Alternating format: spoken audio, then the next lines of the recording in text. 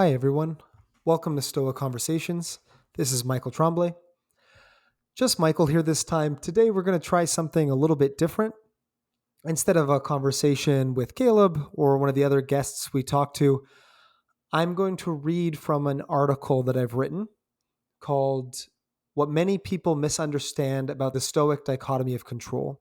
So, this is an article I wrote back in 2021 for the Modern Stoicism blog. It captures a lot of the key ideas about how I think about the dichotomy of control. I think it summarizes it really clearly and it cuts through some of the main misunderstandings people have about that concept. And I try to explain it in a way that makes it as applicable and comprehensible as possible. So today, instead of a conversation, I'll be reading from that and providing some commentary at the end and as I go. And I thought this would be a fun way to switch things up. So let me know what you think about the episode, and otherwise, enjoy. Of all Stoic philosophy has to offer, the dichotomy of control, the DOC, is one of the most popular aspects, and it's not hard to see why. In its most simple form, the dichotomy of control is often represented in the following way. First, everything is either something we control or don't control.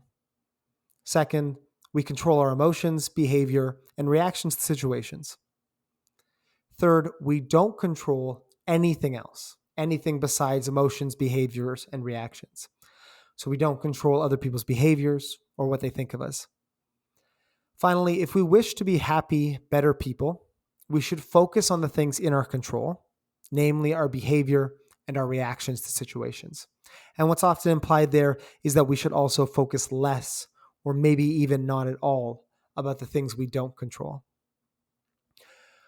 One thing appealing about this representation of the dichotomy of control is its immediate applicability.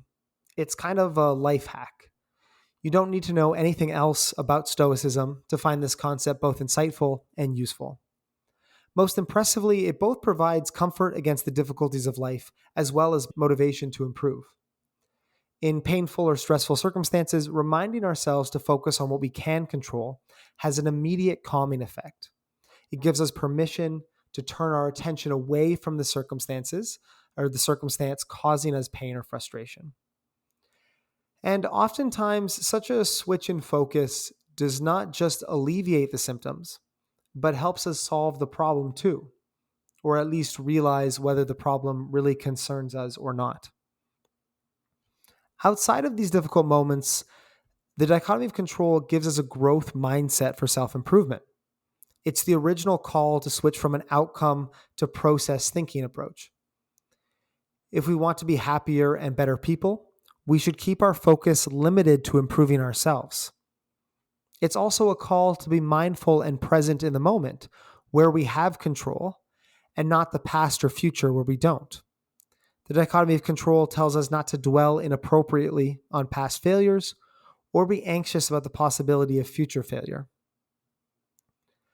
This way of thinking about the dichotomy of control offers this major benefit without any further explanation of Stoic theory or ethics. And for a large number of people, this will be enough and all they'll want out of Stoicism. As a side note here, I expect if you're listening to this podcast, you're probably interested in pushing a bit deeper. So many people, they hear the dichotomy of control and that's enough for them. But some people want more. But for many, they say, well, that's great. That's a little nugget of wisdom I can put in my tool belt. My main concern about this version of the dichotomy of control, and the reason I wrote this, is that it misrepresents the concept as it appears in Stoicism. This ends up being very confusing for those trying to dig deeper into Stoicism, myself included. I also experienced this when I began my study of Stoicism. I also couldn't quite wrap my head around the dichotomy of control because I thought about it in the way that I just presented it above. So this article is going to try to explain what I take to be the main misunderstanding concerning the dichotomy of control. And I'll show why the dichotomy of control is a bad name for this concept, which is not about control at all. So part one, what does FMing really mean? That's a Stoic Greek term.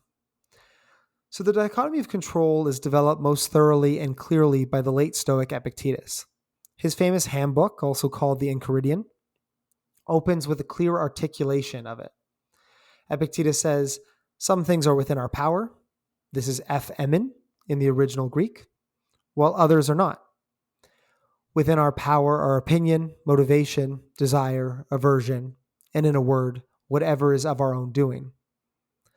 Not within our power are our body, our property, reputation, office, and in a word, whatever is not of our own doing. Epictetus then goes on to talk about the consequences of not understanding this distinction. If we consider that which is not within our power as being up to us, we will suffer all kinds of negative psychological harms, and vice versa. If we consider things that are within our power, we forget that they're up to us. We won't maximize our potential either. So far, this sounds pretty similar to the dichotomy of control as I discussed it earlier. The crucial change is that we don't find the word control anywhere. But why does Robin Hard translate this passage as things within our power and not things within our control? To understand this, we'll have to quickly go over some Greek, which is always my favorite part. The phrase being translated here is within our power is emen. There's two words here. Hemen is just a pronoun. It means us. The other word is epi, a preposition. It appears as f because Greek words ending in vowels, they're often elided, which means their spelling changes before a word beginning with another vowel. In this case, emin actually has an H in front of it, and that H is getting carried over into the epi. The point is it is just those two words, even though it sounds different. It doesn't sound like epi, hemin, it's emen, but it's just that contraction of those two words. The meaning of the preposition epi changes based on the grammatical case of the word it precedes. In this circumstance, hemin is in the dative case. With that out of the way, what does this tell us about what this phrase means? Well, epi with a dative can mean a number of things, but most relevantly here, it means to depend upon or to be in the power of. What Epictetus is literally saying is that some things depend on us or are caused by us, and some things do not or are not caused by us. This is represented in another way to translate the dichotomy of control, which is to say that some things are up to us instead of saying they're in our control. So there's no mention of control here in this translation, and there's no real mention of control in the original Epictetus, and this was on purpose. The Stoics were much more concerned with causes than with the concept of controlling other things. Imagine someone insults me and I get angry. The relevant question for the Stoics is what caused the anger? What does the anger depend on? They would say that the anger depends on me. My beliefs and interpretations of the situation caused the anger. This is shown by the fact that someone else can get called the exact same nasty name and not get angry at all. So since I'm the cause of my anger, it's my job to fix or resolve the anger. Does the other person's mean comment depend upon me? Did I cause it? No. It was caused by that person's character. And thus they are the person responsible for changing it. They're the person responsible for not becoming the kind of person that calls people nasty, mean things. What we're left with then is not a dichotomy of control, but a dichotomy of cause or dependence. I am responsible for and should focus on the things that depend upon me. My beliefs, my decisions, and my character. These are the things that matter. These are the things that determine if I'm a good or bad person, and if I live a happy life or an unhappy life. I should not mistakenly think my happiness or value is determined by the things not up to me. And as you can see, control has nothing to do with this idea. It's not about control. It's about dependence and cause. So part 2, what is wrong with using the word control? So what's wrong with using the word control? At first, there's a large appeal to it. People want to have control over their lives. They want to be able to determine the kind of person they are. And any philosophy that offers us absolute unalienable control will strongly appeal to this desire, even if it's just control over something as small as our reactions and judgments. However, talking about a dichotomy of control seems to lead to one of two major misunderstandings about Stoic philosophy, depending on how control is understood. According to the Cambridge Dictionary, the definition is the ability to decide or strongly influence the particular way in which something will happen. So there's two ideas to that contemporary English definition. Control is the ability to decide, determine something, or strongly influence what happens. However, both of these ways of interpreting control lead to misunderstandings of Stoic philosophy. So first, there's control as the ability to decide. First, there are those who take control to mean something very strong. They think the dichotomy of control means that the Stoics believe we have the ability to decide in any given moment our reactions, our behaviors, and our choices. But the Stoics don't believe that.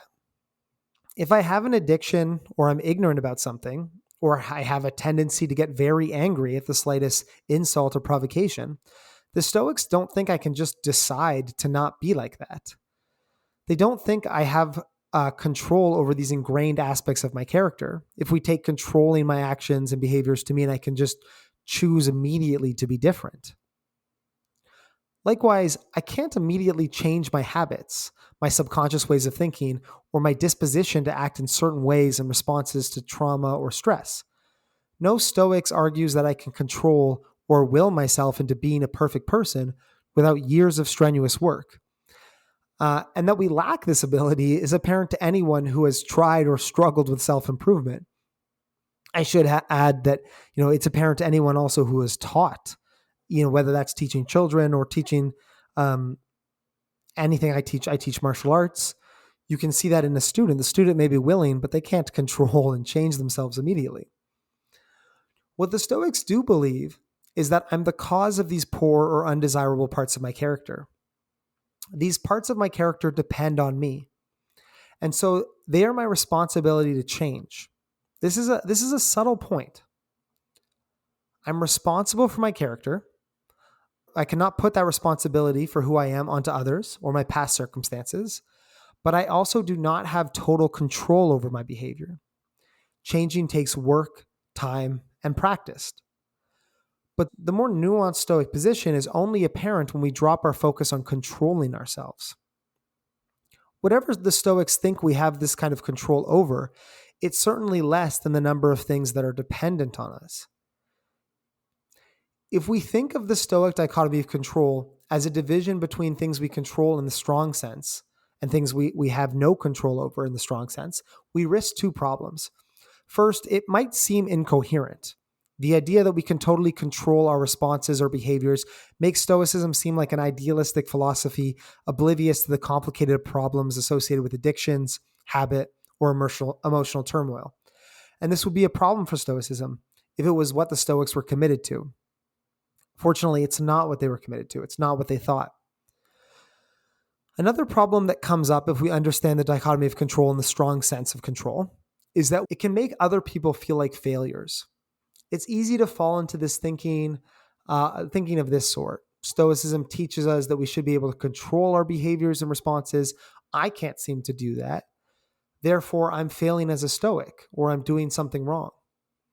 But once again, often this kind of reasoning arises from a misunderstanding of the dichotomy of control. So in summary, the point here is that when you have this strong definition of control, it's not what the Stoics thought, but not only is it not what the Stoics thought, it can seem ridiculous because in some ways it is. It doesn't graph onto the reality of things. I can't snap my fingers and become an unangry person. But also it can lead to a lot of shaming and a lot of, I would say, unwillingness to engage with our own failures because we feel like we're doing something wrong. Like we should be able to just be perfect Stoics in the moment, even if we haven't practiced or even if we need to still work on these things. And that's not what the Stoics thought. The Stoics thought we need to practice and develop ourselves over time. So those are the two things that kind of stronger idea of control get wrong. The second way of understanding the word control is to make it mean to strongly influence. It's kind of a weaker definition. If the strong definition is to decide, the weaker definition is to strongly influence. I see this use all the time in athletic contexts. A coach channeling his inner Stoic might say something like, "You don't control the opponents, the referees, or your teammates. You can only control how well you play." Or when someone thinks, "I can only control how I live and the things that I do with my life," they're using that same idea of strongly influence. This seems to be the idea that we control our actions and what we do out in the world. But this picture of control is much too loose and includes far too many things that the Stoics would say are not up to us. We certainly strongly influence what we do out in the world, but it's not up to us. For example, how well I play a soccer match is not up to me because it's dependent on not getting the flu or spraining my ankle or being hit by a car on the way to the game. These are external things that can stop me from playing well. The problem with this weaker view of control is that it lacks some of the most important lessons Epictetus is trying to teach us. Yes, it's probably prudent for all of us to focus on developing things we strongly influence, like our hobbies or our personal relationships, instead of worrying about things we don't influence. But you might still find yourself disappointed and anxious if you start placing too much importance on these pursuits, which aren't up to you in the Stoic sense. Not only that, but the Stoics will think you're thoroughly confused if you think what determines a good life are these kinds of things, which depend on external circumstance. Now, you might not want to be fully Stoic in your outlook in life. You might want to keep your sphere of focus to a medium size, which includes things you influence like personal relationships or sporting events, but excludes things you don't influence at all. And this is your choice. It's a fine way to think, but you should at least know that this is not the Stoic position. So the important point here is that that's often, I think, that weak definition of control, that strongly influence, is the kind of tool belt approach that I talked about at the start, which are people who don't know anything about Stoic philosophy. They learn about the dichotomy of control and they think, hey, that's useful advice. You know, when I'm stressed about a sporting event, I'm stressed about work, about a relationship, I should focus on things that I influence. So not the referee, not the other team, but how well I play. You know, the kind of the actions I take towards other people in my relationships, you know, whether or not I get a promotion at work. But there might be some helpfulness to that, but it's not the Stoic way of thinking about what's up to us. It's too loose. It lets in too many things. And so you will find yourself anxious and frustrated, as I said, but also if you value these kinds of things, you say, well, these are the things that matter. That's not really a Stoic approach at all. The Stoic approach is about focusing on who you are fundamentally, what you fundamentally control, your behavior, your character, or what is fundamentally up to you, I should say. And so these kind of strongly influenced things aren't included in that. And it's not a Stoic approach to living. Again, totally reasonable way to live. Take as much Stoicism as you do or don't want to live well, but it's not the authentic Stoic position. So part 3, what is up to us? So if we can't use the term control, then what is a snappy way to think about the division between what is up to us and what is not? So my favorite way to think about this is in terms of what something external to you can stop. That's the way I like to think about what is up to you. If something is up to you, then nothing external to you can stop it. If something's not up to you, then something external to you can stop it. By external, I mean something that isn't your character, choices, or beliefs. You might not have control over your temper yet, but that anger is still up to you because what is stopping you from being calm is your own character, something internal. It's not something external to you stopping you from being calm.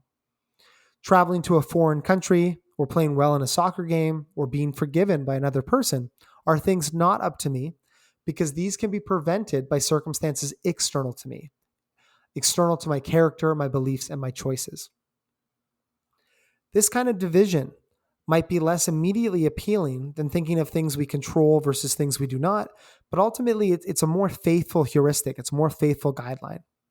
And thinking about the dichotomy of control in this way should show us that what seems to be inconsistencies, what seem to be inconsistent in Stoic philosophy, a lot of these things that seem to be confusing about Stoic philosophy are actually just misunderstandings. And that the dichotomy of control really makes a lot of sense, really stacks up, and is really something you can lean on if you think of it in this way. Again, if you think of it in terms of I, what is up to me and what is not up to me, the things that are up to me are the things that I can stop, the things that only I have the ability to stop, and the things that aren't up to me are the things that other people can stop or other things can stop. My anger is up to me because I'm the only one that can make myself not an angry person.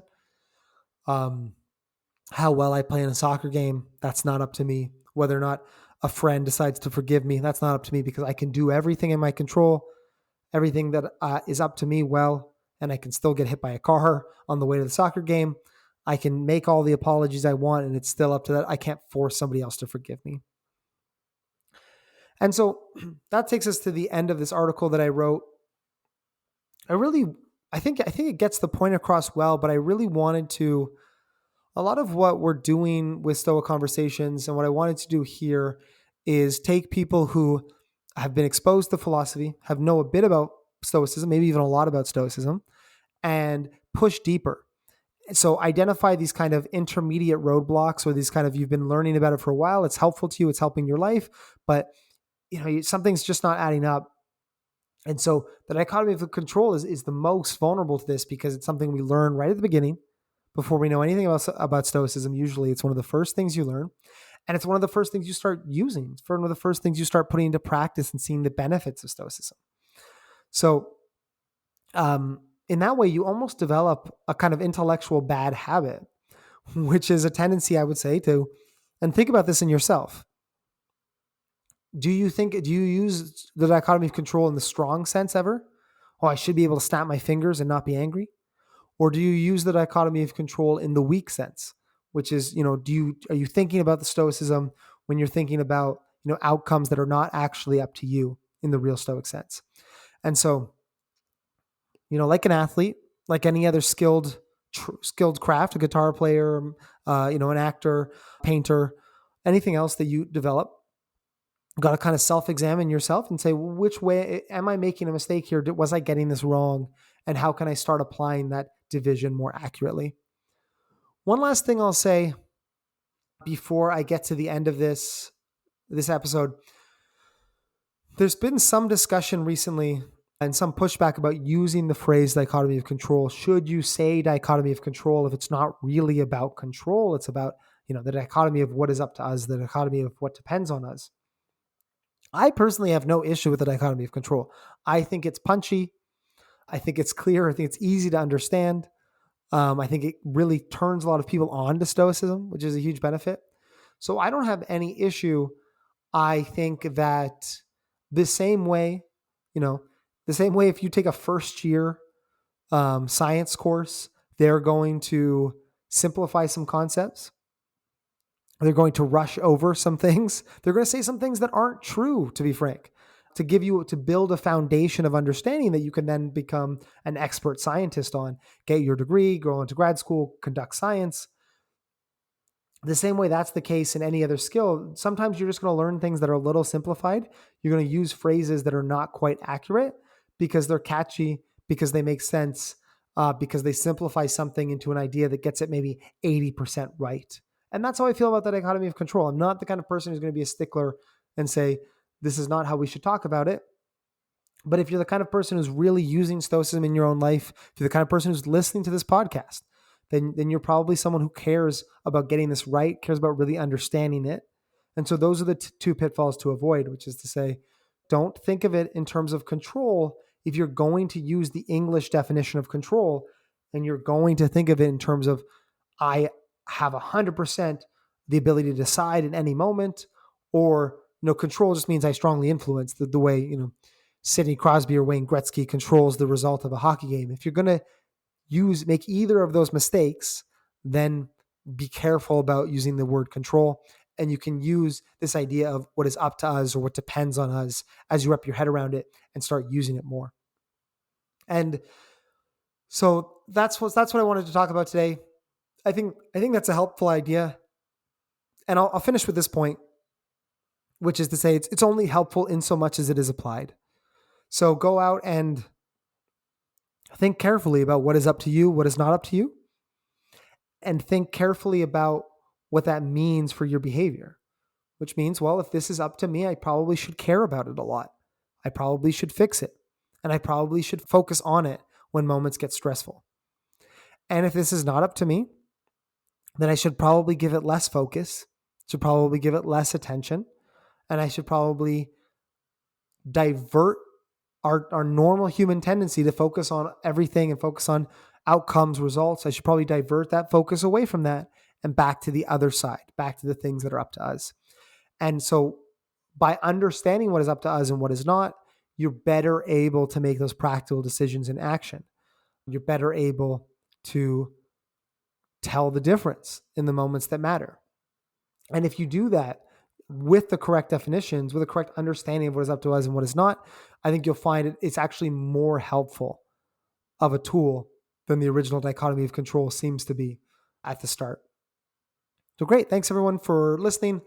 If you like more of this format, if you enjoy, me waxing on about some of my thoughts on a topic, then let us know. Either send us an email, let us know on Spotify or wherever you're listening, and we'll do some more of these. It's because it's a different format, and your feedback is always appreciated. And thanks everyone. Have a great day.